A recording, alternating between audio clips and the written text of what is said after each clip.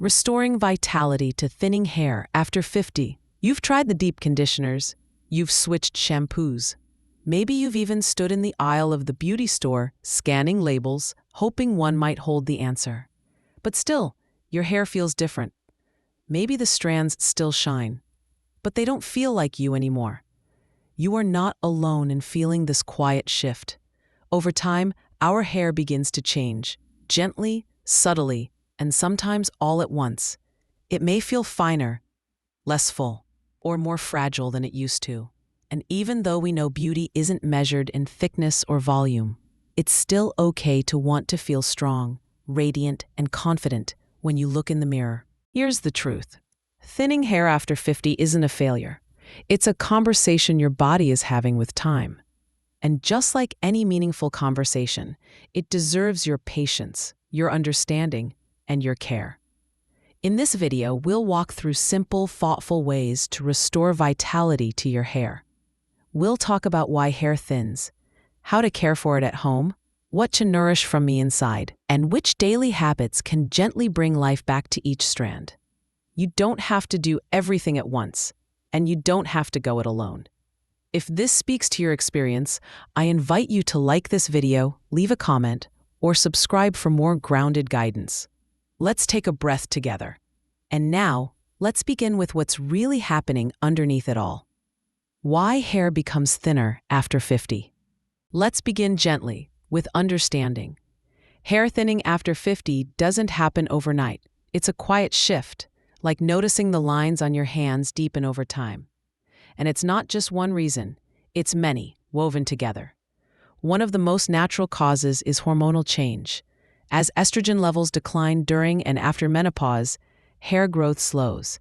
Strands that once grew back quickly now take their time, and some don't return at all. What once felt like fullness may now feel sparse. You might notice more hair left on the brush, or that your part looks wider than it used to.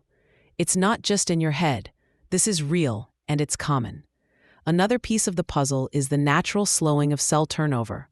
The scalp, like the skin on our face, becomes less efficient at renewing itself. That means less support for strong, vibrant growth. Add to that a possible decrease in collagen, and the roots can lose some of their strength. And then, there are the little things, often overlooked. Years of heat styling, tight ponytails or clips, coloring without gentleness, even stress and sleep patterns, all of it adds up over time. But here's the reframe. You're not losing something, you're shifting. What once worked may not anymore, and that's not your fault. It's an invitation to meet your hair differently now, with knowledge, with patience, and with care. You don't have to become an expert overnight. Just understanding what's happening beneath the surface is a powerful first step. It lets you respond with softness, not frustration. Now that we've explored why hair becomes thinner after 50, let's take a closer look at what you can do right at home with quiet, everyday steps, because you don't need a dozen products or complicated treatments. You just need consistency and softness. Let's start in the shower. Instead of strong shampoos that promise instant volume, try something simpler. Look for words like nourishing, mild, or scalp balancing. Massage gently using your fingertips, not your nails. This isn't just about cleansing, it's about circulation. That soft massage helps wake up the scalp. It brings blood flow, which brings nutrients. Think of it like watering the roots of a plant. After rinsing, skip the heavy conditioners. Go for a light, hydrating one. Focus on the ends, not the roots. And once you step out, resist the urge to rub your hair dry. Instead, wrap it in a soft cotton t-shirt or microfiber towel. Let the strands rest, not be tugged. Heat styling? Less is more now. If you must use a dryer, switch to the lowest setting and keep it moving, never too close to one spot. But here's a gentle alternative. Let your hair air dry halfway before finishing it with a quick, cool blast. That one change alone can make a difference over time. Combing should feel like kindness, not a tug of war. Use a wide tooth comb. Start at the ends and work upwards slowly. It takes a little longer, but it protects what's precious. And finally, think about your pillowcase. Silk or satin may seem like a luxury, but for thinning hair, they're a quiet form of self-care. They reduce friction, protect fragile strands, and help hair retain its moisture. You may not notice results overnight, but this isn't about instant change. It's about creating a rhythm of care, small, steady signals to your hair that say, "I see you, I'm here." Let this routine feel like a ritual, not a chore. A few moments each morning and night that belong to you. Coming up next, we'll explore how what you eat and how you nourish your body from the inside can quietly transform the strength and vitality of your hair. Because beauty isn't just applied, it's also absorbed from within where it begins to bloom. Let's take a slow breath and look inward. Because while shampoos and serums can help, the real foundation of healthy hair often starts deep within the body. And after 50, our nutritional needs shift, which means our hair's needs shift too. Hair is made of a protein called keratin. To grow strong, it needs amino acids, the building blocks of protein. But it also needs iron to carry oxygen to the roots, and B vitamins to support the follicle, zinc to repair, omega-3s to soften, vitamin D to keep the cycle going, collagen to maintain structure. It's not about supplements alone. It's about what you choose each day. Start simple. A boiled egg at breakfast, some leafy greens with lunch, a handful of walnuts in the afternoon, a piece of salmon or tofu with dinner, and water. So often forgotten, yet so essential. With every sip, you're feeding your scalp, your cells, and your self-confidence. If your appetite has changed with age, or if digestion feels slower, consider smaller meals that pack a nutritional punch. Bone broth, smoothies, lentil soups, all easy on the system. Rich in what your hair craves. You might not notice it right away, but your body will, your hair will. And over time, these quiet nutrients begin to whisper new life into each strand. Not flashy, not fast, but real. Maybe you've tried multivitamins in the past, but the key is matching them to where you are now. After 50, the body absorbs differently. So, look for gentle, senior-friendly formulas, ideally guided by a doctor or nutritionist. Here's the emotional shift. Eating well isn't just about staying healthy. It's about choosing to care for the woman you are becoming. It's about saying, "I am worth nourishing." And you are. Even if your hair isn't as thick, even if it grows slower than before, it's still yours, still part of you, and still deserving of everything good. Coming up next, let's take a closer look at habits that may seem harmless, but over time, quietly wear down the strength of thinning hair. Because awareness isn't about blame, it's about choice. And when you know better, you can begin to care better. Now let's turn toward the everyday habits, the ones that may seem small, even harmless, but over time, they quietly chip away at your hair's strength. And the most important thing to remember, this is not about blame. It's about awareness and gentle change. One of the most common culprits is overwashing. Maybe you felt the urge to keep your scalp extra clean, but washing too often, especially with strong shampoos, can strip your scalp of the natural oils it needs to protect and nourish the hair. Try spacing out wash days. Even every 2 to 3 days can make a difference. Your scalp will adjust, and so will your strands. Another quiet disruptor is brushing wet hair too aggressively. It may feel like a habit. Finish the shower, brush it all out. But when hair is wet, it's at its weakest. That's when breakage hides. A simple switch to a wide-tooth comb and starting from the ends can save hundreds of strands over the long run.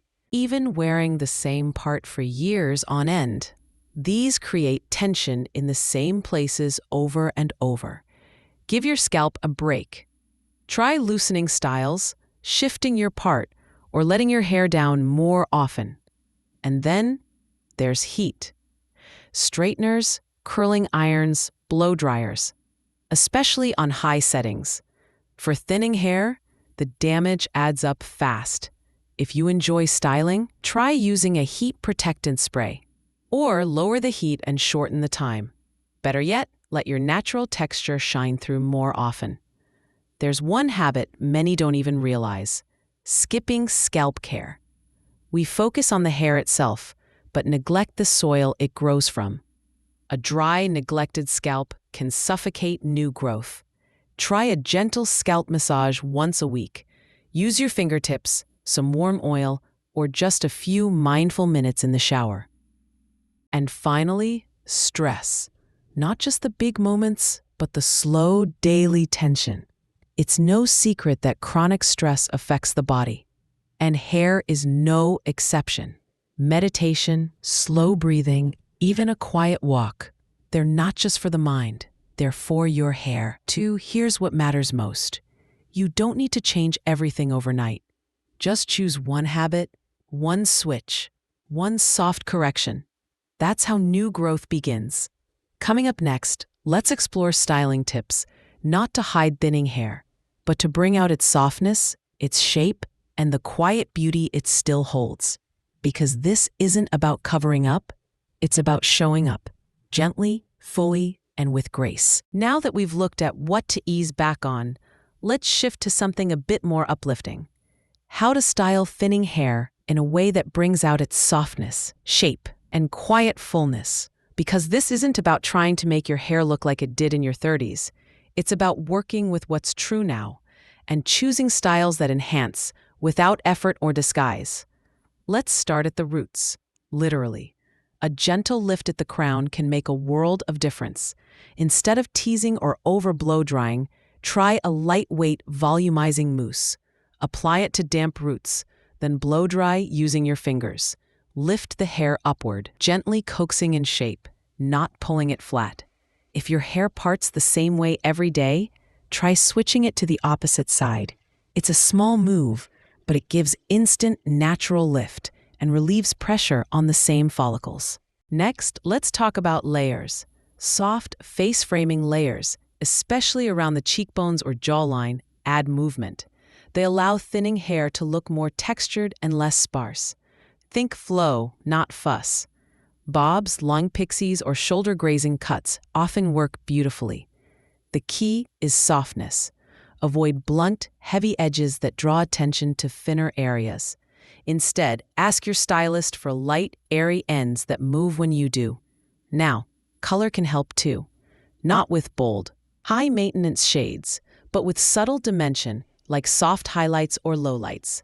These add visual texture and create the illusion of depth. Even blending in some of the gray can add to the richness. Styling tools? Try using a round brush with a larger barrel. It gives a gentle bend and volume without the harsh curl. Let hair cool in place before brushing it through. That way, the shape holds without needing extra heat. And don't underestimate the power of a good part and a thoughtful accessory. A soft side part. A clip placed just above the temple. Even a silk headband in a neutral tone. These quiet choices draw the eye toward softness, not toward thinning. Most importantly, choose comfort. If a style feels fussy, heavy, or like you're trying too hard, it's not right for you. Let your hair reflect who you are now. Elegant, relaxed, fully yourself. Because styling isn't about performance, it's about presence. Coming up next, we'll move beyond the hair itself and explore how shifting your self-image can gently transform not just how you look, but how you feel about your reflection. Because the real transformation isn't in the mirror, it's in the way you begin to see yourself again. Let's take a deeper breath now, because this part isn't about hair at all. Not really. It's about what you see when you look in the mirror, and how gently or harshly you speak to yourself while you do. Thinning hair after 50 can feel like a loss. Not because hair defines us, but because it's woven into our memories. The way we looked in photos from years ago. The way we felt putting ourselves together before work or a dinner out. The way someone once ran their fingers through it, or how we once taught a daughter to braid hers just the same. So when hair changes, it's not just physical. It can quietly stir grief, frustration, or a feeling that something's slipping. But here's the truth. You're not losing beauty. You're arriving at a new version of it. You are not waiting for permission. You are already worthy, and your self-image doesn't have to shrink with your hair volume. If anything, this season invites you to expand into a deeper version of yourself, one that's wise, grounded, and wonderfully done with chasing what no longer fits. Try this the next time you catch your reflection. Instead of looking for what's missing, look for what's remained. The steadiness in your eyes, the kindness in your smile, the softness you've earned. And maybe, instead of covering your hair, you touch it with love. Massage your scalp not just to grow hair, but to reconnect with the part of you that is still growing, even now, even still. It's okay to want your hair to look better, but let that desire come from care, not shame, from self-respect, not self-critique. Because when you tend to yourself with tenderness, you start to shift how you see everything else too. You move from hiding to showing up, from waiting to claiming space. This is not about fixing, it's about flowing. Hair care isn't vanity, it's self-trust. It's saying, this is me today, and she deserves to feel good. So whether your hair is fine or full, silver or not quite there yet, short, long, or tucked under a scarf, you are radiant. Every age, every stage, every strand. Coming up next, we'll close this journey together and reflect on how small steps, rooted in care, not pressure, can lead you back to a version of yourself that feels whole again. Let's bring it all home, with softness and strength. Take a moment now. You've just walked through something deeper than hair care. You've paused long enough to see yourself, not just your strands, but the woman you are becoming. We've talked about why hair changes, how to care for it at home, what to nourish from within, which habits to soften, how to style it with ease, and how to shift the way you see yourself, gently, completely.